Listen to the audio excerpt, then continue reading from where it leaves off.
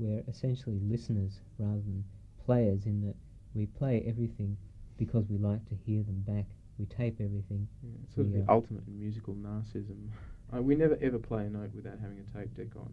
Laughing Hands are a Melbourne band who've released 2 albums, Ledge and Dog Photos, on their own independent label, Adhesive, and by independent standards have been highly successful both in Australia and overseas. Bruce is here talking with the 3 members of the group, Ian, Gordon and Paul. Laughing Hands, how did you start the group? Is it a reaction against music around you? It was probably a response to music around us, in that we heard some things that we really liked at the time. They gave us ideas, and we probably more or less got together to attempt to recreate some things that we'd heard to an extent, and the results we came up with, even though they weren't anything like what we wanted to play, were interesting in themselves, so we continued in that vein. The instrumentation is seems to be a highly interchangeable one. Can you talk something about that? There's a lot of we sort of occasionally get flack about the fact that when we do play live, the stage is just covered from top to bottom with equipment, which is if anything like sometimes a fault of ours, because we're confronted with too many possibilities. You sort of think, what am I going to play next?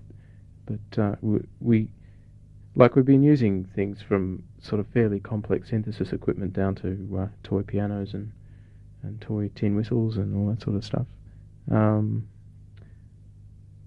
I think we've done experiments with sort of limiting the equipment that we were using. We did quite a few sessions that were all percussion or all acoustic guitars, and they were really quite successful. I think the way we usually do it is when we're improvising, one person will just have a little line that they really like, and the other 2 people will just think, oh, what can I do on top of that? We'll make an attempt to create something that we think would go. It may not be what we originally intended, but it usually sounds okay, so we go on. Is that how you recorded the 2 albums? The first one, yes. Yeah. The 2 albums are recorded in very different ways. Yeah. The first one was like edits of a more or less live jam that went for 2 days. In the studio? In the studio, yeah. I didn't have any overdubs or anything, like it was just straight ahead.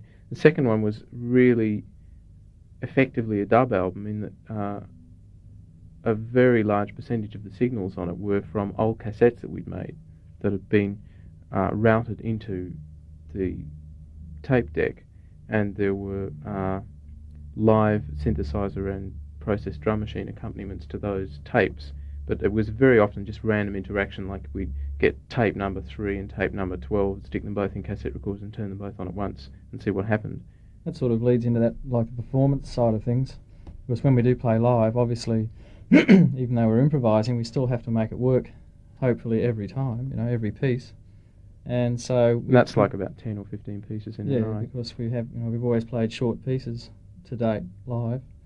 So we sort of fall back on a repertoire. We have certain formula that we know will work. This sort of treated guitar works with that sort of synthesizer bass line and things like that. So we can, it's possible for us to make things work off the cuff, but it's not really being innovative. It's actually falling back on proven methods. It's okay for the audience, but just in terms of us, we like to do new things all the time. We like to be surprised by what's happening. Where does the audience fit into the sort of scheme of things? Where he usually fits in sort of just in front of the speakers. I think it's a matter of we're presenting ourselves to people who might like it because we like what we play. Sometimes we use our appreciation of the music as a criterion for whether other people will like it. So if we're finding the concert boring, we won't do anything else like that again, because that's really the only gauge we've got to determine whether the audience is going to like it. We've never experienced anything sort of as overtly feedback-like as audience response.